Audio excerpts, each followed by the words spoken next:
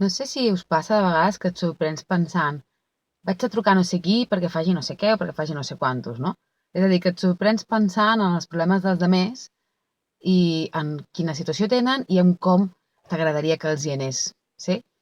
En comptes d'estar pensant en les nostres coses.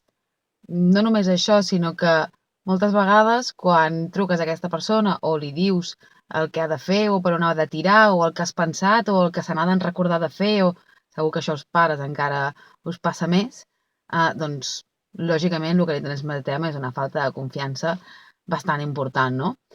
Tenim molta mania de dir-li als altres el que tenen que fer, de pensar en els altres i d'estar pensant en els problemes de la meva parella, en els problemes del meu amic, en els problemes del meu fill, en què hauria de fer per aprovar, en què hauria de fer per trobar feina, en què hauria de fer perquè li anés millor a no sé on, sí?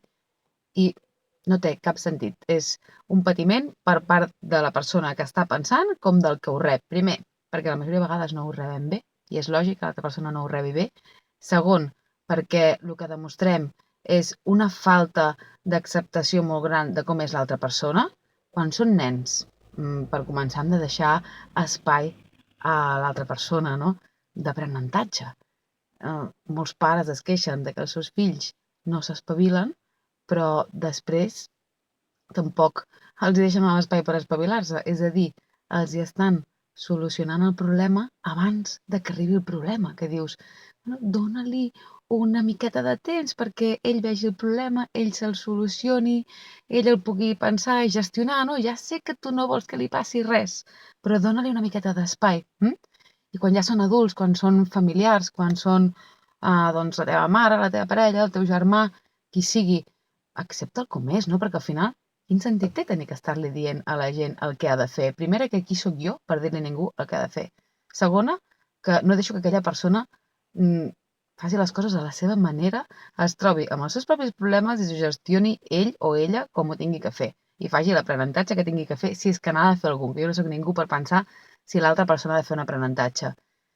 I tercer, per acceptar-lo, no?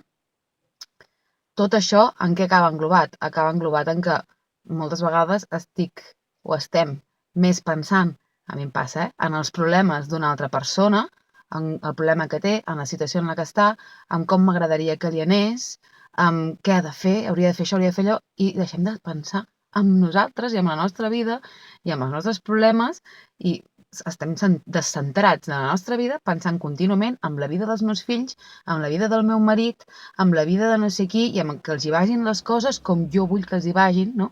En comptes d'estar centrats en nosaltres. Així que deixem de controlar, deixem de dir-li als altres el que han de fer i cada vegada que senti la necessitat de dir-li a algú què ha de fer, reflexionem i mirem si no és millor expressar i demostrar confiança en l'altra persona, deixar-li espai per aprenentatge i, també del meu cantó, acceptació de com és, de com actua i de com ell o ella se soluciona els seus problemes. Bueno, doncs això és tot. Adéu.